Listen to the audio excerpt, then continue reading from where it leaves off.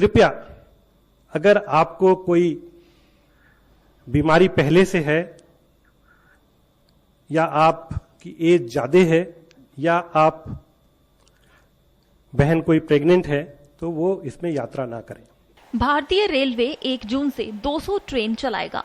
31 मई को लॉकडाउन के चौथे चरण के खत्म होने के साथ ही 200 पैसेंजर ट्रेनें चलने लगेंगी।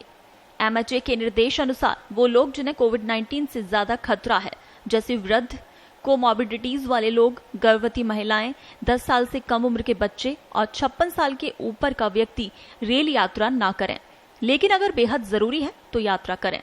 ये सब रेल मंत्रालय ने कोरोना वायरस के बढ़ते मामलों और इन लोगों में इसके ज्यादा खतरे और साथ ही यात्रियों के कारण अन्य राज्य में कोरोना वायरस के मामले फैलने से रोकने के लिए ये एक अपील जारी की है। रेलवे ने इस अपील में लिखा कि इन ट्रेनों में यात्रा कर रहे कुछ लोग जो पहले से बीमारियों से ग्रस्त हैं, अगर ये लोग ऐसी स्थिति में यात्रा करते हैं तो इनके लिए खतरा और भी बढ़ जाता है। ऐसे लोगों के सफर करने के कारण कुछ लोगों की मृत्यु भी हुई। पहले से चल रही श्रमिक ट्रेनों में, कई स्पेशल ट्रेनों में कई लोगों की मौत के मामले सामने आए, जिसके बाद रेल मंत्रालय ने यात्रियों के लिए फिर से गाइडलाइन जारी की। रेलवे बोर्ड ने इस नए आदेश में कहा कि रेलवे यात्रियों की सुरक्षा के लिए प्रतिबद्ध है। ऐसे में यात्रियों से निवेदन है कि अगर आवश्यक ना हो तो यात्रा को विराम दें। आपको बता दें कि 1 जून से चलने जा रही ये ट्रेनें एसी और नॉन एसी होंगी। ये ट्रेनें आरक्षित होंगी। ये वर्तमान में चल रही एसी और श्रमिक ट्रेनों से अलग होंगी। सबसे खास बात यह है कि जनरल बोगी का टिकट भी आरक्षित होगा। आपको बता दें कि स्पेशल ट्रेनों के बाद रेलवे ने 1 जून से यात्री ट्रेनों का संचालन शुरू करेगा। भारत सरकार की तरफ से ये जानकारी दी गई। इन ट्रेनों में बुकिंग सुबह 10 बजे से शुरू हो गई है।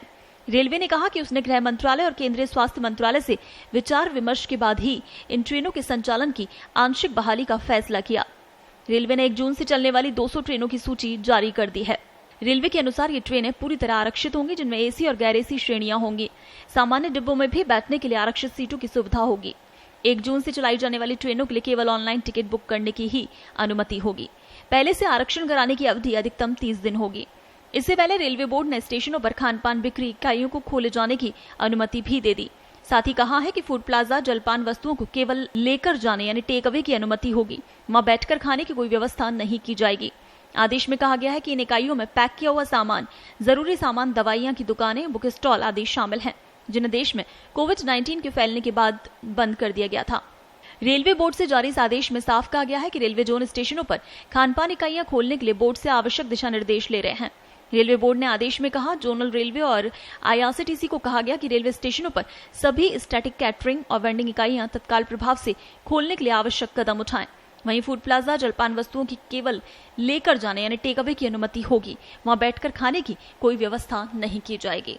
किसी की मृत्यु हो जाए उससे बढ़ के कोई तकलीफ नहीं है और मैं सभी उन परिवार के साथ संवेदना व्यक्त करता हूं कि जिनके किसी परिवारजन की मृत्यु हो गई। इसके लिए हमें बहुत अफसोस है और मैं बता रहा हूं कि भारतीय रेल का जो परिवार है उसका हर सदस्य को अफसोस है कि इस तरह की कोई समस्या आई। जैसा कि मैंने आपसे कहा कि ये हेल्थ मिनिस्ट्री की भी एडवाइजरी है, होम मिनिस्ट्री की भी एडवाइजरी है और रेलवे ने भी एडवाइजरी दी हुई है कि कृपया अगर आपको कोई बीमारी पहले से है या आपकी एज ज्यादा है या आप बहन कोई प्रेग्नेंट है तो वो इसमें यात्रा ना करें। जहां तक मृत्यु के आंकड़े की बात है, मैं आपको यह बताना चाहूंगा कि भारतीय रेल सबसे पहले अगर कहीं से भी कोई हमें सूचना मिलती है तो हमारे भारतीय रेल के एक सिस्टम है, कंट्रोल का सिस्टम है। नियरेस्ट हॉस्पिटल बेस पे गाड़ी को रोक के और डॉक्टर वहां जाके पूरी तरह से उनकी जान बचाने की कोशिश करते हैं।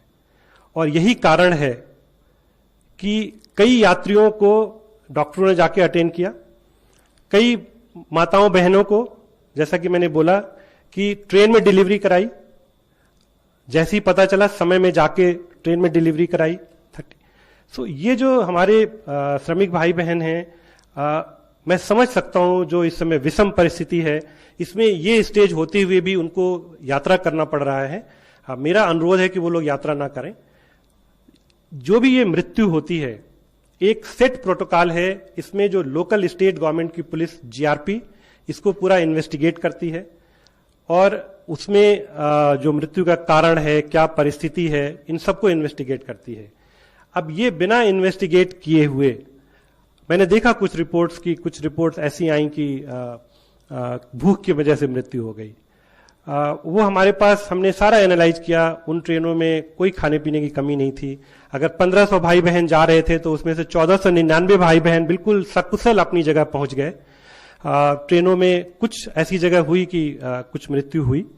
आंकड़ा जहां तक है, ये आंकड़ा हम कंपाइल कर रहे हैं डिफरेंट स्टेट गवर्नमेंट से। इसमें कुछ मृत्यु ट्रेन में हुई है, कुछ मृत्यु ट्रेन में स्टेशन पे पहुंचने के बाद भी कुछ स्थिति ऐसी थी, डॉक्टर ने अटेंड किया, वहां मृत्यु हुई है। सो ये एक पूरा आंकड़ा और उसके क्या कारण थे, वो हम लोगों की एक पूरी इसकी एनालिसिस होती है। और ये मुझे पूरी उम्मीद है कि कुछ दिनों में ये पता चल जाएगा। जब आंकड़ा आएगा तो जरूर हमको बताएंगे। बट आज के समय में एक ये संवेदनशील विषय है और बिना सही आंकड़े के मैं कुछ नंबर देना ठीक नहीं समझता।